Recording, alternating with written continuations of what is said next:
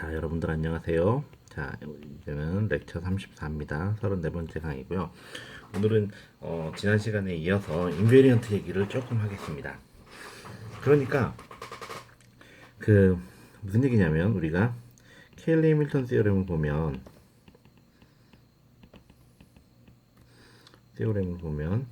예를 들어서 우리가 어 A에 A가 A1 11, A12, A21, A22이고 그 다음에 A 프라임이라는 거는 Q 틸다의 A의 Q 틸다의 트랜스포즈인데 요거는 A의 11 프라임, A의 12 프라임, A의 21 프라임, A의 22 프라임이에요.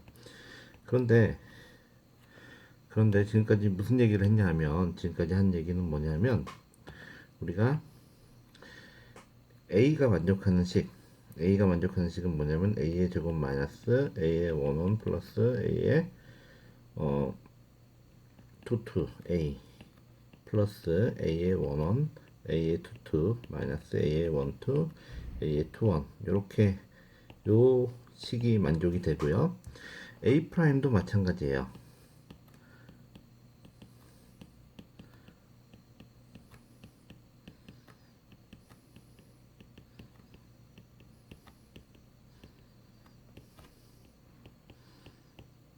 이게 만족해요.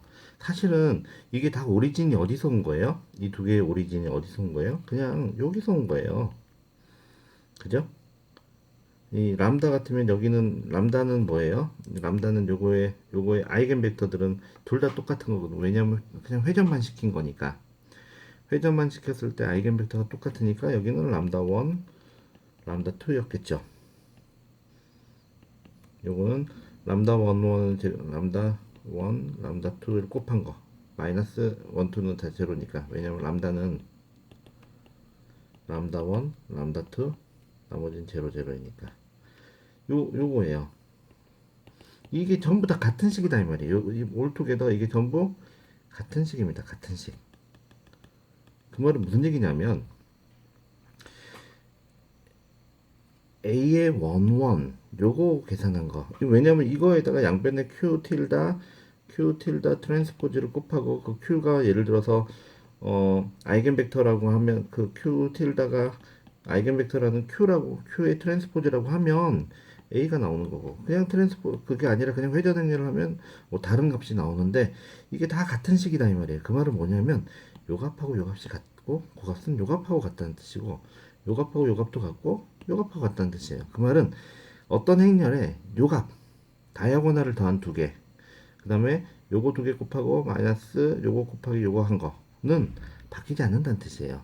행렬의 변환에 따라서. 그 말은 무슨 얘기냐면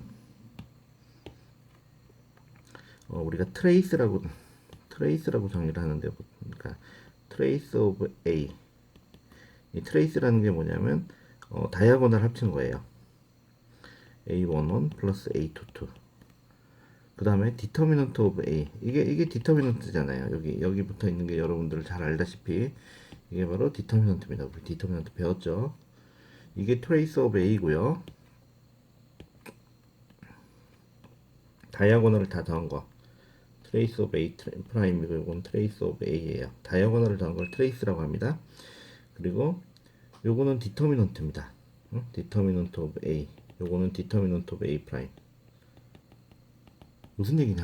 지금 무슨 얘기냐면 디터미넌트 오브 A 이거는 A11, A22, 마이너스 A12, A21 요거 곱한 거 요거는 are invariant under the coordinate transformation.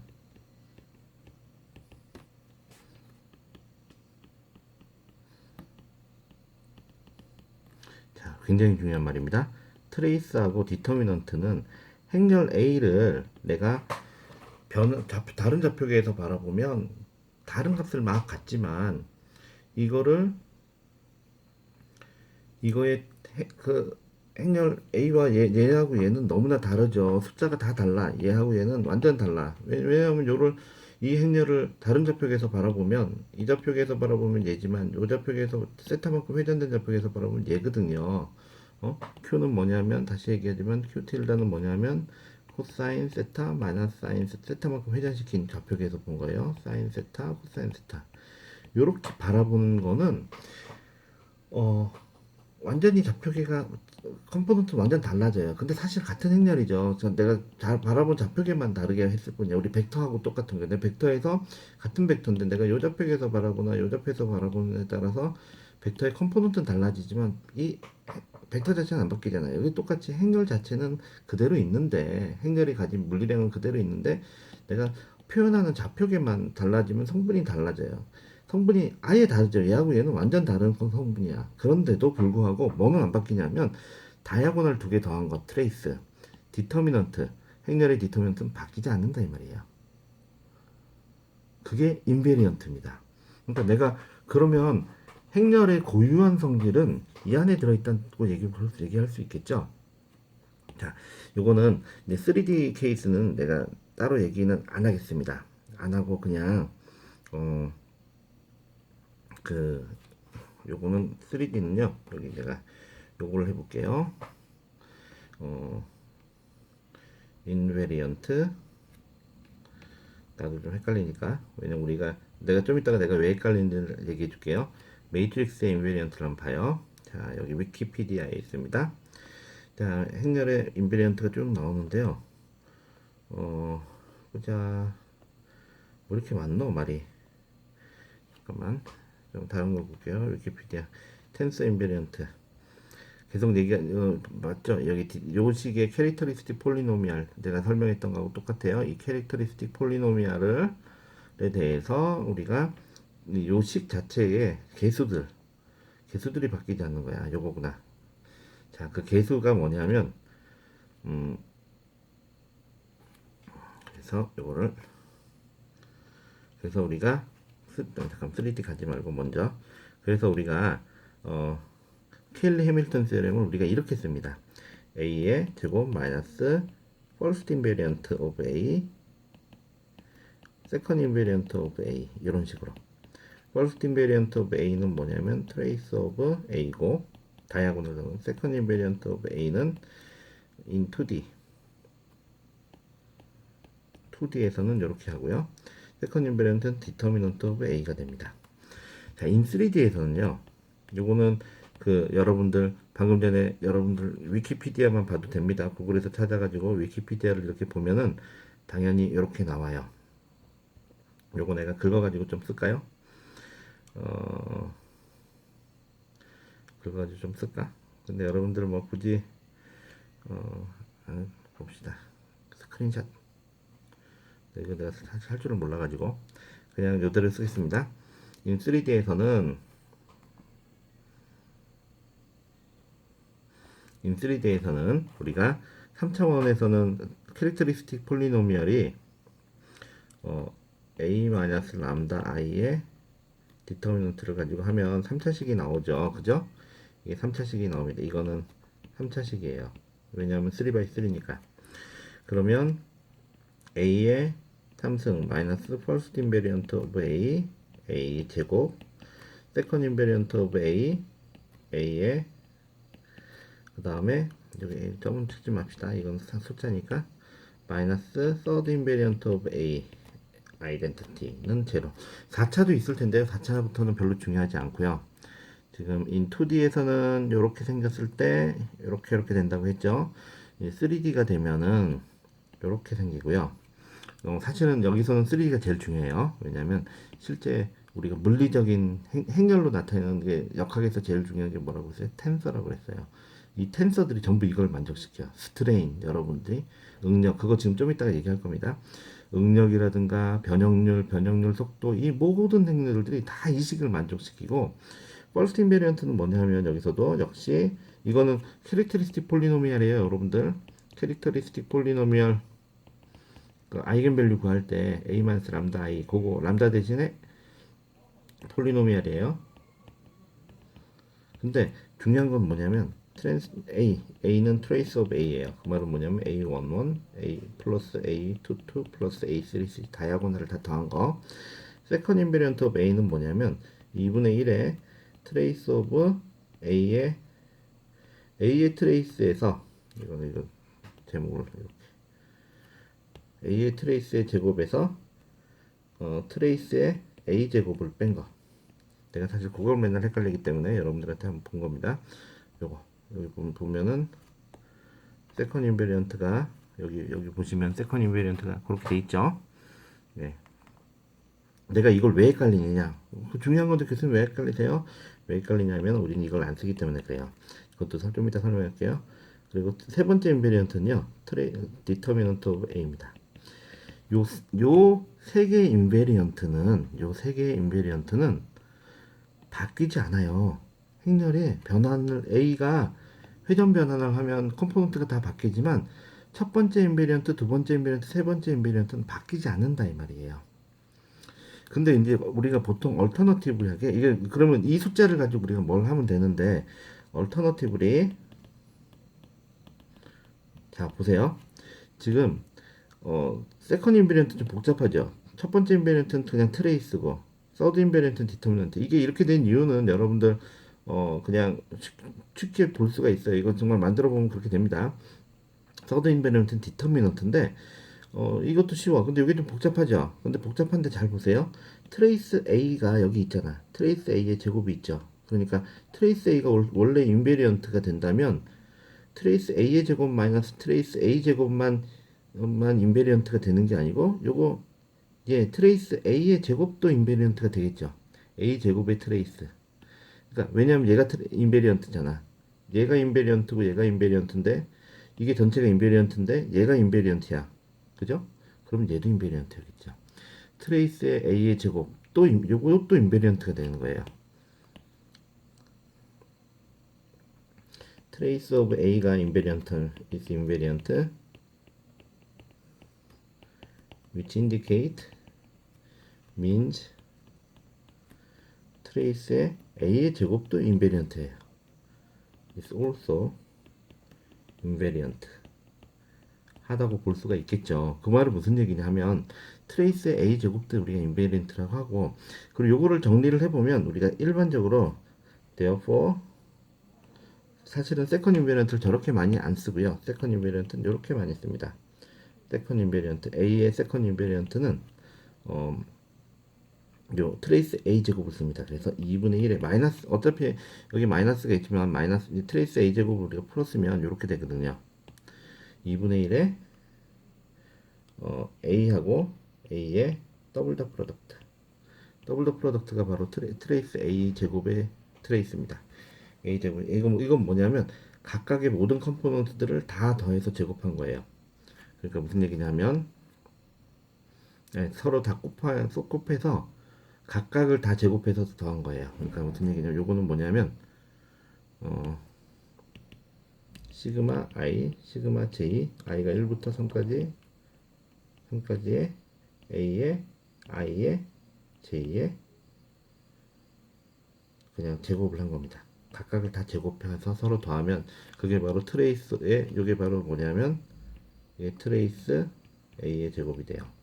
트레이스 A 제곱이라는 게 딴 게 아니고 그냥 각 컴포넌트를 다 제곱해서 더한 거야. 그걸 우리가 이렇게 씁니다. 자, 이 중에서 내가 여기서 얘기하는 것 중에서 세컨 인베리언트, 특히 이 세컨 인베리언트를 우리가 행렬의 크기라고 정의를 해요.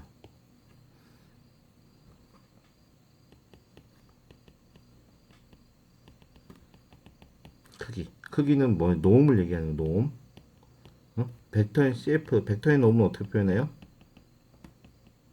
벡터의 노음은 벡터의 크기는 어떻게 나타내요? A의 크기 이렇게 써가지고 A1의 제곱, A2의 제곱, A3의 제곱 이렇게 하죠. 근데 행렬의 크기는요. 행렬의 크기는 우리 행렬이 있으면 행렬 A의 크기는 이렇게 표현 잘 안 하고요. 왜냐면 이렇게 쓰면 이게 디터미넌트 같잖아. 우리 디터미넌트를 이렇게 표현했잖아요. 이렇게 표현합니다. 한 개 더 써서. 행렬의 이게 노무 오브 A예요. 이게 바로 뭘로 정의하냐면 세컨 인베리언트로 정의합니다. A의 세컨 인베리언트. A의 세컨 인베리언트는 뭐였어요? 2분의 1의 시그마 I, 시그마 J, A의 IJ를 다 제곱해가지고 서로 더한 거야. 각 컴포넌트들을 다 제곱해서 서로 더한 것. 그걸 우리가 행렬의 크기라고 정의를 합니다. 그리고 그거를 보통 2분의 1의 A의 더블 닷 A라고 표현을 해요. 더블 닷 A라고 쓰는 이유는 뭐 몰라도 되고요. 되게 중요합니다. 왜냐? 이게 바로 지금 EX 하면 예를 들면 우리가 어, 응력 텐서가 있어요. 2, 1, 1, 2라는 응력 텐서가 있어요. 그럼 응력의 크기는 얼마일까요? 숫자로 나타내고 싶으면 2분의 1에 2의 제곱, 각각 컴포넌트 1의 제곱, 1의 제곱, 2의 제곱을 다 더하면 된다 이 말이야. 그거의 아니 스퀘어 루트인데 크기의 제곱이 바로 이겁니다. 우리가 제곱한 거니까 시그마의 제곱이 이거야. 그럼 시그마는 뭘까요? 시그마의 크기는 요거 다 더하면 얼마입니까? 이게 5고 요거 5고 10이네. 그걸 2로 나누면 5죠. 그래서 루트 5예요. 시그마의 크기는 내가 두 줄 쓴다고 그랬죠. 그죠? 시그마의 크기는 루트 5가 되는 겁니다. 이게 행렬의 크기예요. 이거는 내가 계속 얘기하지만 세컨 인베리언트이기 때문에 내가 이거를 좌표계를 변환을 해서 다른 좌표계에서 바라보더라도 이거 컴포넌트 다 달라집니다. 크기는 안 바뀌어. 행렬의 크기 굉장히 중요해요. 언제 중요하냐면 여러분들 역학에서는 예를 들면 여러분들이 어, 사실 학부 때는 그걸 쓰는 때가 딱 한 번 있어요. 행렬의 크기라는 컨셉을 쓰는 경우가 언제냐면 폼 미세 스트레스. 여러분들이 파괴 조건을 배울 때 폼 미세 스트레스를 계산을 해요. 되게 식이 복잡해. 근데 그 이유는 그게 바로 세컨 인베런트를 계산하기 때문이에요. 폼 미세 스트레스는 어떤 거냐 하면은 예를 들면 이거예요. 내가 익스텐션을 줘가지고 그러니까 여러분들 UTM 여러분들 고체역학에 이렇게 땡기는 실험을 하잖아요. 그럼 땡기는 실험을 했을 때 항복 응력을 넘어가면 어떤 일이 일어나요? 소송 변형이 일어나잖아. 그러면 우리가 소송 변형이 일어나는 그 순간을 우리가 파괴라고 불러요. 왜 파괴라고 부르냐면 기본적으로 우리가 고체역학의 많은 부분은 전부는 아니에요. 많은 부분은 구조역학입니다. 구조역학이라는 건 뭐냐면 내가 빌딩을 세우고 뭐 무슨 공작기계 밑에 하부 구조를 만들고 다리를 만들고 그런 게 구조역학이죠. 스트럭처럴 엔지니어링. 근데 구조역학이라는 건 뭐냐면 내가 거기에서 사용되는 멤버들은 탄성 변형만 해야 돼.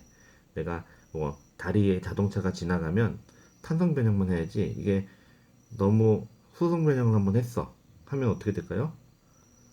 그러면 다리가 부서진 거야. 왜냐하면 우리가 설계 하중하에서는 다리가 지나가고 나면 다시 원래 모양으로 돌아와야 돼요. 그러니까 구조라는 거는 기본적으로 항복 응력까지 가면 안 돼. 항복 응력을 넘어서는 순간에는 그 소성 변형을 하면 원래 모양하고 달라지잖아. 그걸 우리가 파괴라고 하는 거예요. 부서지는 게 파괴가 아니고 소성 영역으로 들어가면. 그러니까 구조 역학을 하는 엔지니어들은 다 어떤 문제를 풀어야 될까요? 내가 하중을 받았을 때 내가 어떤 설계를 했는데 이 하중을 받았을 때 이 하중이 응력을 만들어내고 그 응력이 항복 응력보다 작아야 돼요. 항복 응력보다 크면 얘는 부서지는 거야. 파괴가 되는 거야. 왜냐면 소성 변형을 하니까. 소성 변형을 했다. 그럼 깨 부서진 거라고 본단 말이에요. 그러면 이제 항복 응력이라는 게 뭐예요? 여러분들이 땡겨서 본 실험에서 나온 값이잖아요. 근데 하여튼 그거는 스칼라 값이야. 스칼라 값. 숫자야. 근데 그 응력 상태는 뭐예요? 내가 토션도 받고 밴딩도 받고 뭐 텐사일도 받고 컴프레션도 받고 이러다 보면 뭐가 나와요? 얘는 당연히 행렬로 나온단 말이에요. 응력이. 그럼 응력하고 숫자하고 비교해야 되죠. 그죠? 왜냐면 일드 스트렝스 예를 들면은 뭐 우리가 보통 기계 공구강 하면 450 메가파스칼이란 말이에요.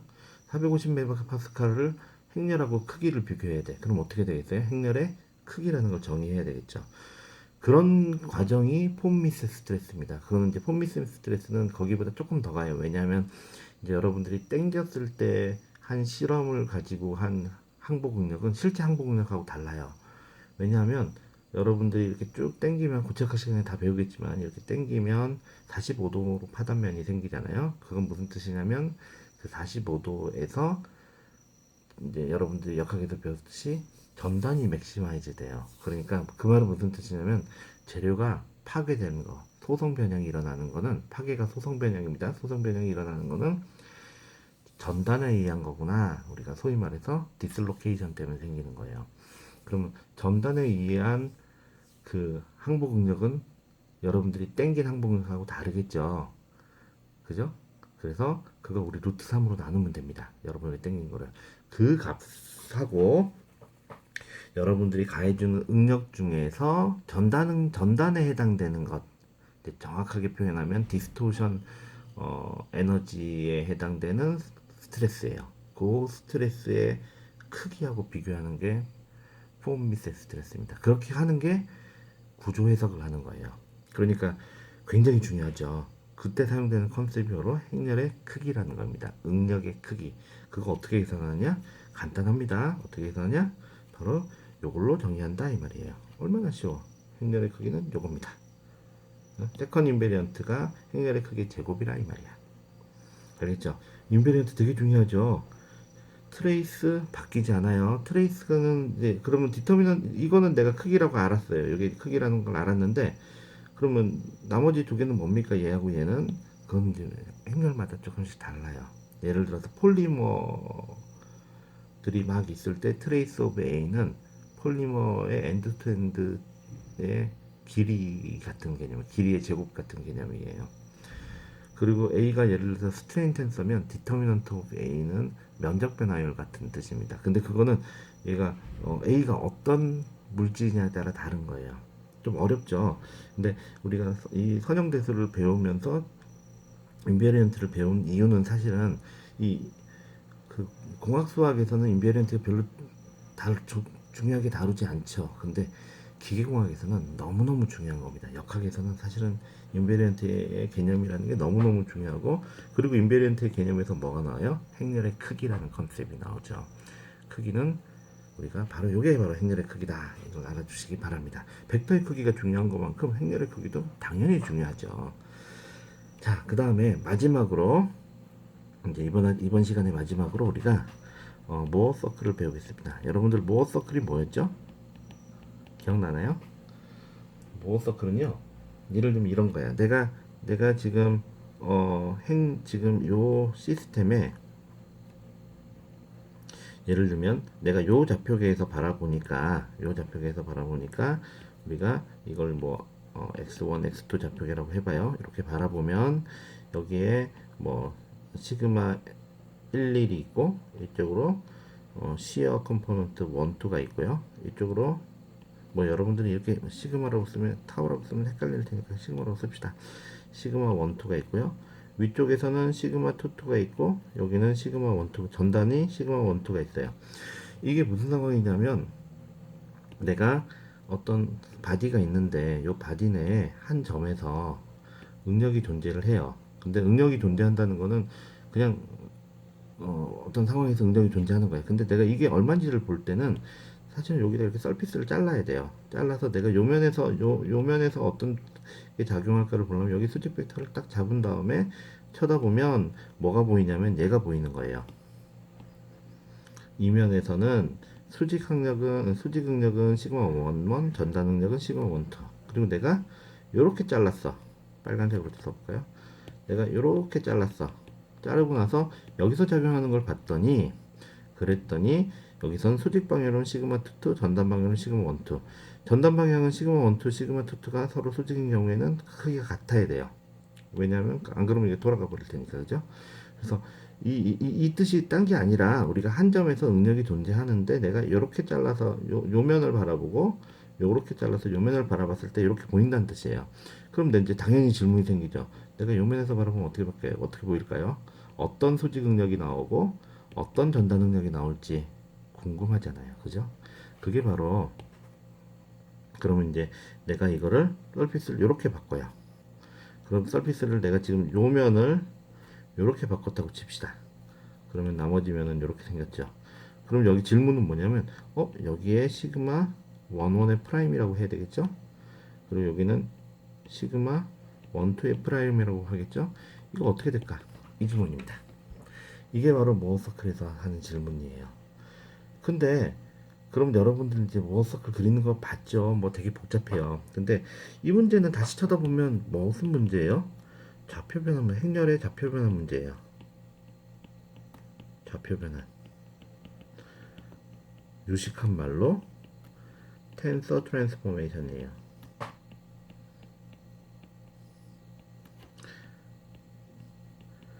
좌표계가 변했을 때 텐서, 이거 왜냐면 행렬을 우리가 물리적인 의미를 가질 때는 텐서라 부르거든.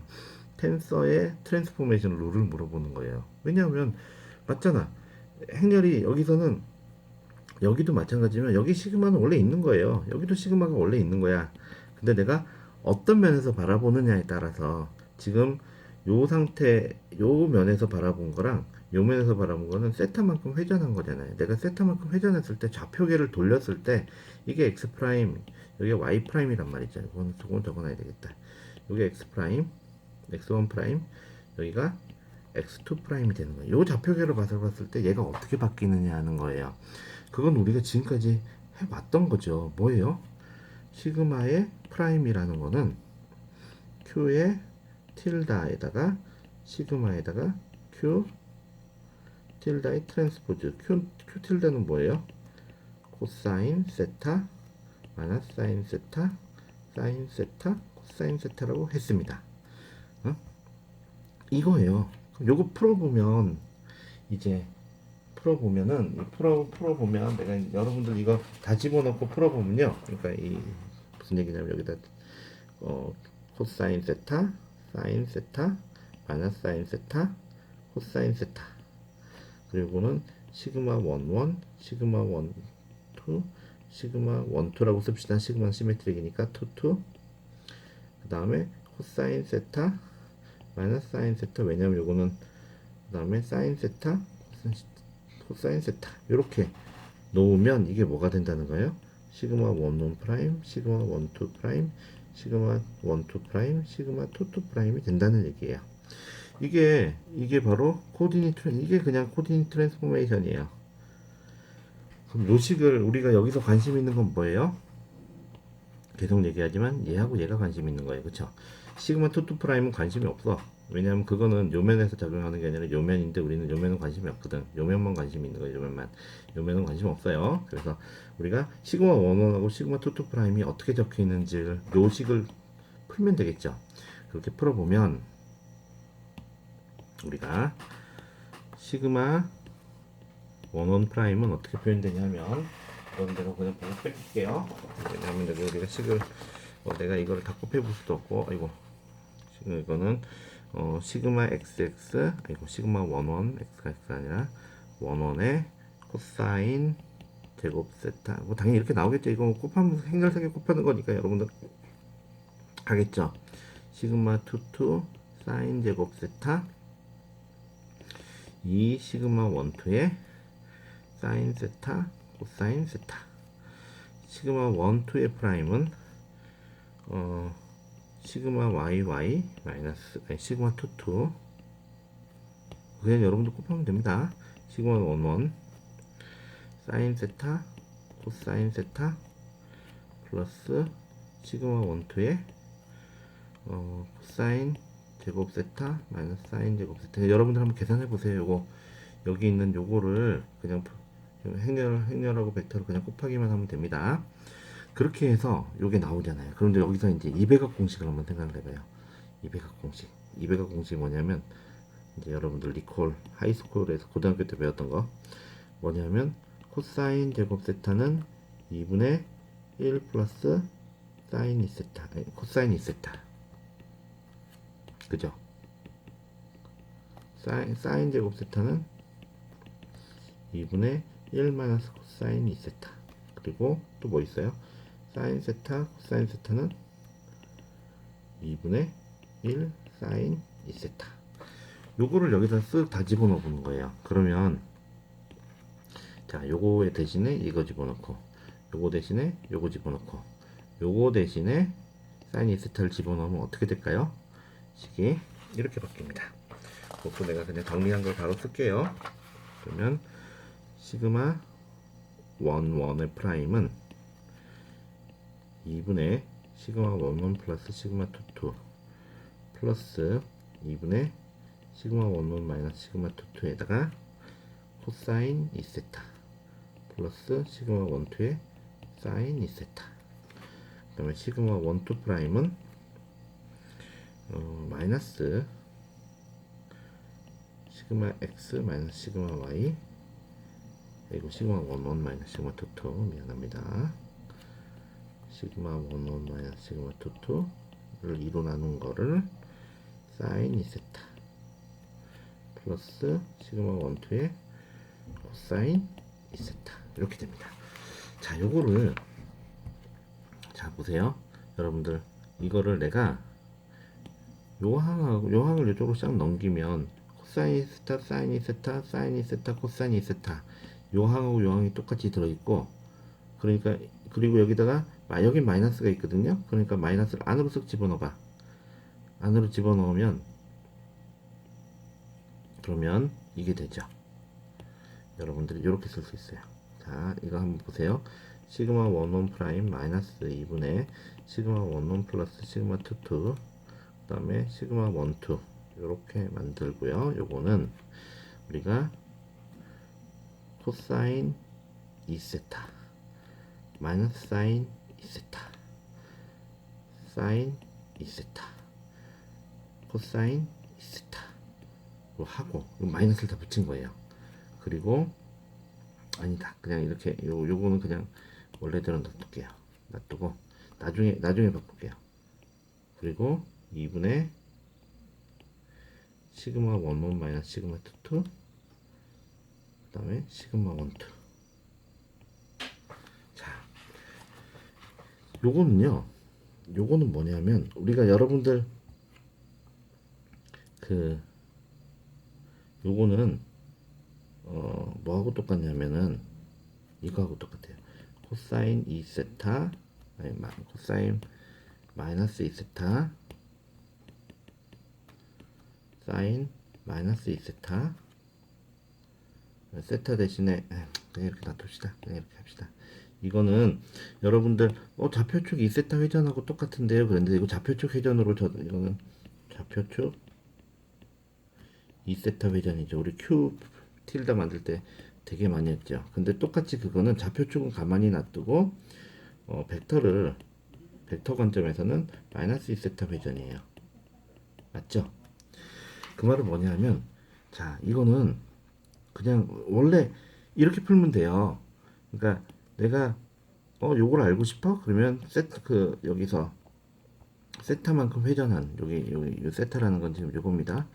여기 세타만큼 회전한 세타 내가 요 서피스에서 이렇게 여기 지금 응격 상태를 이렇게 알고 있으면 내가 요만큼 회전한 데서 어떻게 구하니? 이거하고 요거는 그냥 이렇게 계산하면 돼요. 이렇게 요거 놓고 코사인 제곱 놓고 요거 놓고 사인 제곱 놓고 이렇게 하면은 계산이 되는데 이거를 이제 그래피컬하게 표현한 것 그게 바로 모아 서클이에요. 그거를 이제 쭉 이렇게 써보니까 여러분들이 어떤 느낌이 들어요?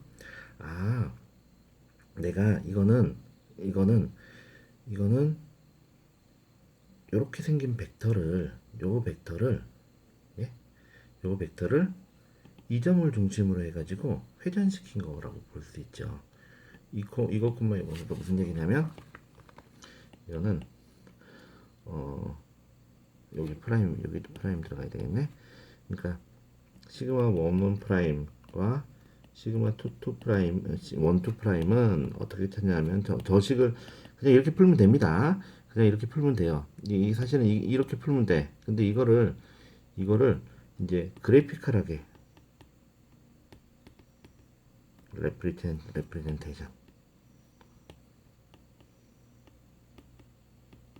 그래피컬하게 이걸 표현하는 방법이 뭐냐면 이거를 요렇게 적어놓고 보니까 이게 바로 회전 변환이잖아요. 요 벡터를 회전시킨 거야. 얼마만큼? 마이너스 2세트만큼. 그러니까 좌표축 변환하고 반대 방향으로 회전시켜서 내가 실제로 내가 세타라고 회전을 시켰을 때는 벡터는 마이너스 2세타로 회전을 시켜가지고 그렇게 나오면 그거는 중심이 여기 중심을 여기다 두고 이거는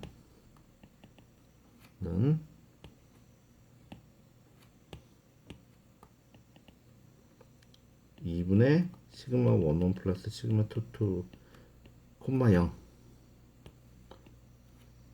콤마 0을 중심으로 2분의 시그마 11 마이너스 시그마 22 콤마 시그마 12 벡터를 마이너스 2세타 회전시킨 벡터임. 자, 무슨 얘기냐면 내가 예를 들어서 내가 렛 해가지고 자 이제 시그마가 이렇게 생겼다고 해요. 시그마 11 시그마 22 시그마 12 시그마 22 12라고 해요. 그러면 내가 그 다음에 시그마 11이 시그마 22보다 크고 둘 다 0보다 크다고 칩시다. 그러면 뭐 커도 되고 사실 작아도 돼요. 여기가 시그마 22고요. 여기가 시그마 11이에요. 그럼 그리고 시그마 12도 뭐 예를 들면 양수로 갑시다. 그럼 뭐 사실 상관없는데 시그마 12도 양수로 해요. 그럼 여기에 시그마 12가 있어요. 그러면 내가 시그마 11하고 시그마 22의 중간 요 중심점 요 중심점은 어디 아니 요 점은 어디냐면 이겁니다. 여기 있는 요 점이 바로 뭐냐면 시그마 11 플러스 시그마 22를 2로 나누고 콤마 0이에요. 그러니까 이쪽을 전다 능력 y축을 요쪽을 수직 능력이라고 놓으면 바로 요 형태가 되고요. 여기에서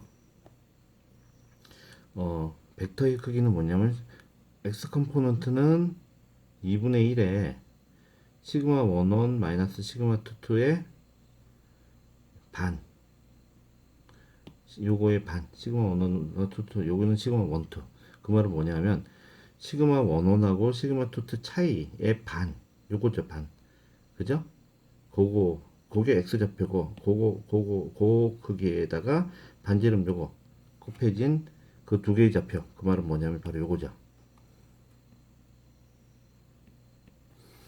요게 바로 지금 스트레스 요 상태가 바로 현재의 스트레스 상태라는 거예요. 요 위에 있는 거 지금 스트레스의 상태는 요거라는 거예요. 그러면 내가 여기서 예를 들면은 세타만큼 그러니까 여기 요 문제에서 내가 교수님 저는 세타만큼 회전한 했을 때 각도를 알고 싶어요. 그 수직 능력하고 전단 능력을 알고 싶어요. 그럼 내가 여기서 세타만큼 회전이 아니라 반대 방향으로 2세타만큼 회전해서 그럼 그거는 뭐 초록색으로 한번 표시해 볼까요? 반대 방향으로 2세타만큼 회전해서 요거는 마이너스 2세타가 되는 거죠. 그럼 그때 y 값이 뭐가 되냐면 시그마 12의 프라임이고요. 그때 x 값 그때 요 값이 바로 똑같은 값이네. 이게 바로 시그마 11의 프라임이 돼요. 시그마 2 잠깐만요. 내가 이거 너무 똑같은 위치에다가 해가지고 여러분들이 도대체 헷갈릴 것 같다. 이거 너무 많이 줘야 되는데 좀 지울게요. 좋네 이거. 너무 똑같아가지고 여러분들 헷갈릴 것 같아. 자 여기다 갖다 놓을게요. 이게 이제 마이너스 2세타고 갑시다. 2세타만큼 회전을 시키면 그때 요게 바로 그때 여기가 시그마 12의 프라임이고요. 그때 요 값이 바로 시그마 11의 프라임이란 뜻입니다. 그러니까 그러면 여기서 이제 여러분들이 금방 알 수 있죠. 그 주응력은 어디로 가나요? 여기로 가는 거죠. 그 반대 방향 주응력은 이렇게 가는 거고 요만큼 돌리라는 말은 요 각도의 반만큼 실제로 좌표계를 반대 방향으로 돌리면 그 좌표계라는 건 이겁니다. 예를 들면 여기서 보니까 45도를 돌리면 주응력이 되죠. 그러면 여기서는 반대 방향으로 25도를 돌리면 이게 주응력이 나온다는 거예요. 전다 능력이 없고 수직 능력만 있는. 이해되겠죠? 그래서 언제 그러면 전다 능력이 맥스가 되나요? 여기서 요만큼 돌렸을 때죠. 그러니까 실제 지오메트리는 반대 방향으로 요만큼 돌려놓으면 이때 전다 능력이 최대가 되는 거예요. 전다 능력이 최대되는 건 왜 중요하냐면 파괴가 그때 일어난다고 그랬잖아요. 금연을 따라서 일어나니까 파괴가 그쪽을 따라서 일어나게 되는 거죠. 자, 이게 바로 그 모어 서클입니다. 여러분들이 모어 서클을 아직 혹시 안 배웠다면 이 모어 서클을 배울 때 여러분들이 항상 이게 너무 신기하거든. 이해도 잘 안 가고. 근데 이게 바로 행렬의 트랜스포메이션이다 이거지. 어떤 행렬이든지 응력이뿐 아니라 모든 행렬은 트랜스포메이션을 할 수밖에 없어요. 알겠죠? 그거는 무조건 이 형태를 따라야 돼. 이거를 따르지 않으면 얘는 물리적인 양이 아니야. 알겠죠? 자, 그래서 행렬을 네, 챕터 6와 7을 여기서 마치도록 하겠습니다. 사실 선형대는 이걸로 끝이에요. 뭐 더 이상 뭐 할 것도 없어. 다 했어. 자, 여러분들이 아이겐 밸류랑 여기다 그냥 하나만 더 써볼까요? 그러니까 그리고 이제 여기 또 추가적으로 하나 쓸게요. 그럼 여러분들이 이제 주응력, 프린시펄 스트레스라고 하는 거, 그죠? 그 뭐냐면은 사실은 우리가 여러분들이 모서클을 배우면 이게 주응력이에요, 그죠? 이게 주응력인데 이 주응력은 딴 게 아니라 그냥 아이겐 밸류입니다. 행렬 요 행렬의 아이겐 밸류고 주응력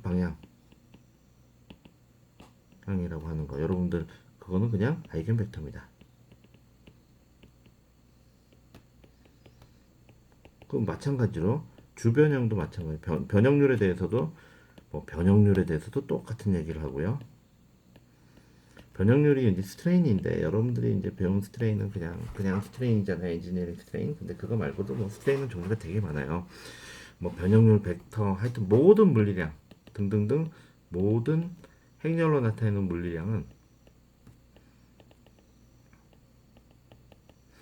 물리량에 대해서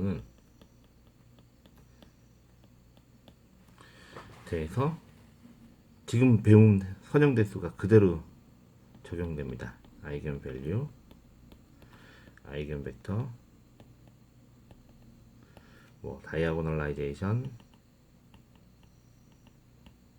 매트릭스 트랜스포메이션,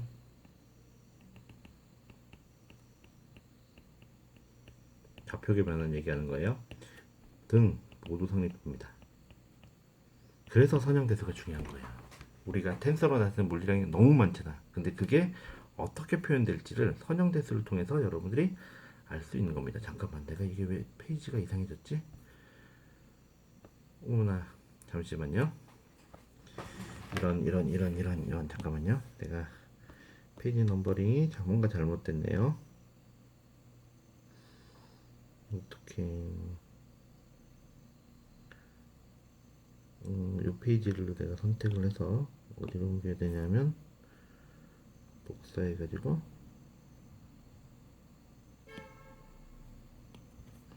이건 어디로 가야 되냐면 오늘 배우기 전 여기로 가야죠.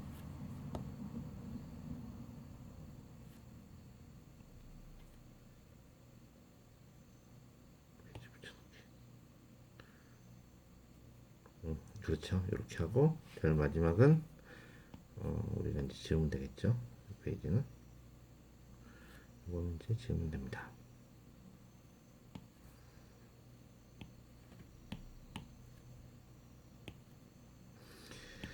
자, 그래서 여러분들 이걸로 선형대수 6, 7이 끝나고요. 다음 시간에는 연립 선형 미분 방정식을 배우고 있습니다. 왜? 그건 딱 한 시간이면 돼요. 그걸 왜 배우느냐면 그걸 가지고 우리가 뭘 할 거냐면은 그 문제는 선형대수를 가지고 풀어요. 아이겐밸류 프로블럼을 가지고 풉니다. 그리고 그거를 1시간 정도 하고 나서요. 바로 그 다음에는 라플라스 트랜스포메이션으로 넘어갈 겁니다. 라플라스 트랜스포메이션은 아마 한 3시간 정도에 끝낼 수 있을 거고요. 그러고 나면 원래 우리가 공학수학 2에서 하려고 했던 내용들을 이제 시작을 하도록 하겠습니다. 오늘 여기까지 할게요.